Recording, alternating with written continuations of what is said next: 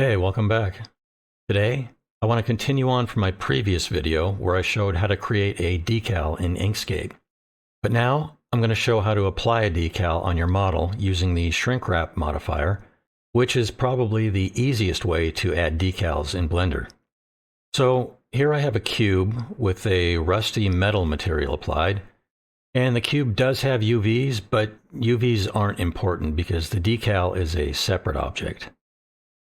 Now, the first thing you need to do is import your decal. So hit Shift A and go to Image and select Images as Planes. Then browse for your image and hit the Import button. And now you can move it over, rotate and scale it, and move it into position. And I'll move it up a little closer to the cube.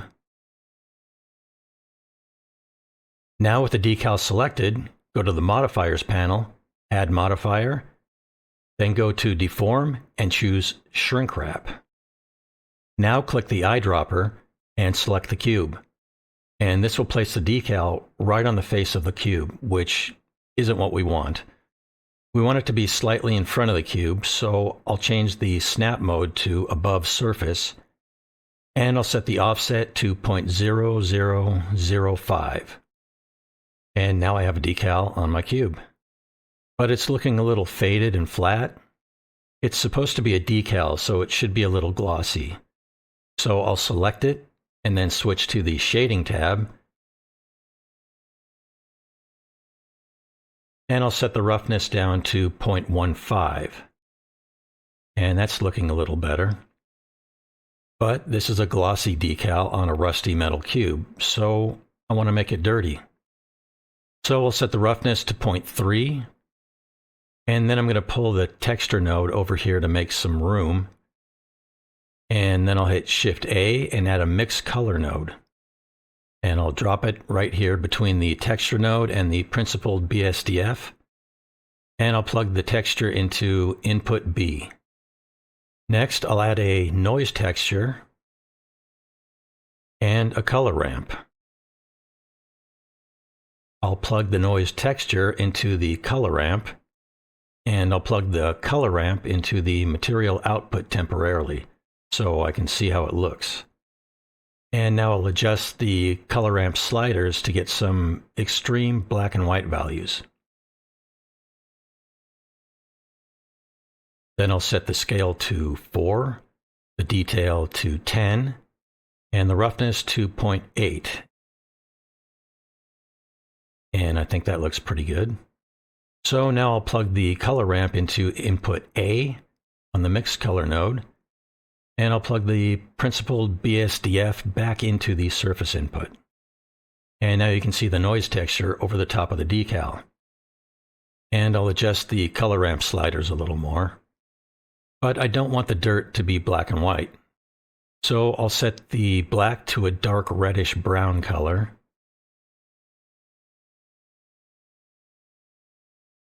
And I'll set the white to a slightly grayish color.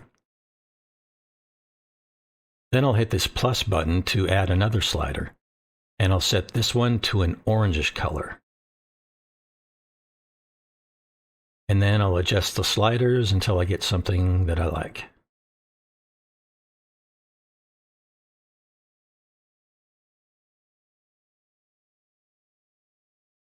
Next, I'm going to switch from mix to color burn, which I think looks pretty good, but you could use overlay or multiply or whatever you want.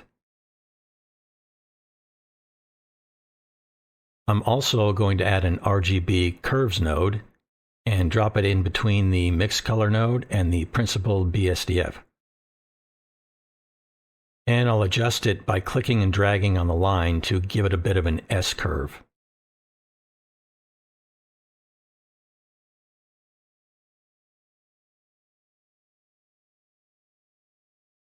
And then I'll go back to the mixed color node, and I'm going to set the factor to 0.45, which makes the reddish orange pop a little more. And I'll continue playing with the sliders until I get something that looks good. But now I want the decal to have some texture. Since it has all this crap on it, the surface shouldn't be smooth. So I'll add a bump node. And I'll plug the color ramp into the height input. And then I'll plug the normal output into the normal input on the principled BSDF. But that's way too strong, so I'll set the strength down to 0.15. And now if I zoom in, you can see I have some nice texture happening on the decal.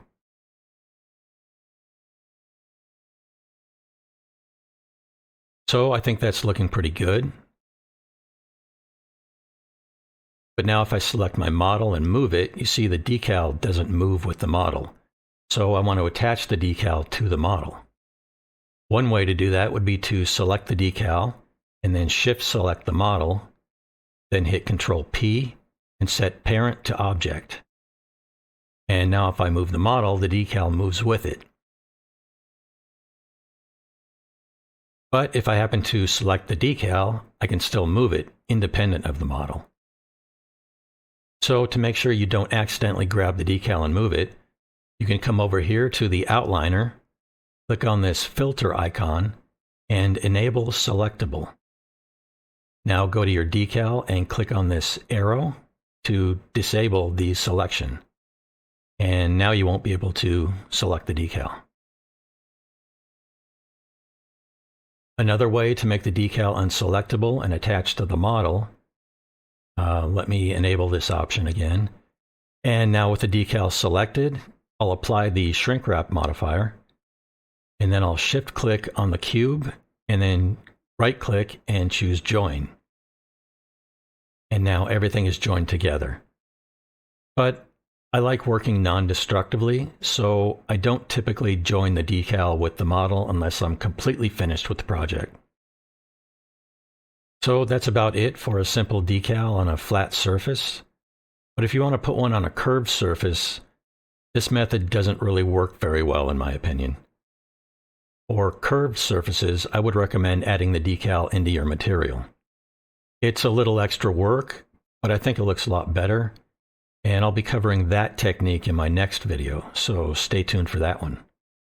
Anyway, that's going to do it for this one. If you have any questions or comments, go ahead and post them below. And as always, if you found this video helpful, give it a thumbs up and consider subscribing. Thanks for watching, and I'll see you on the next one.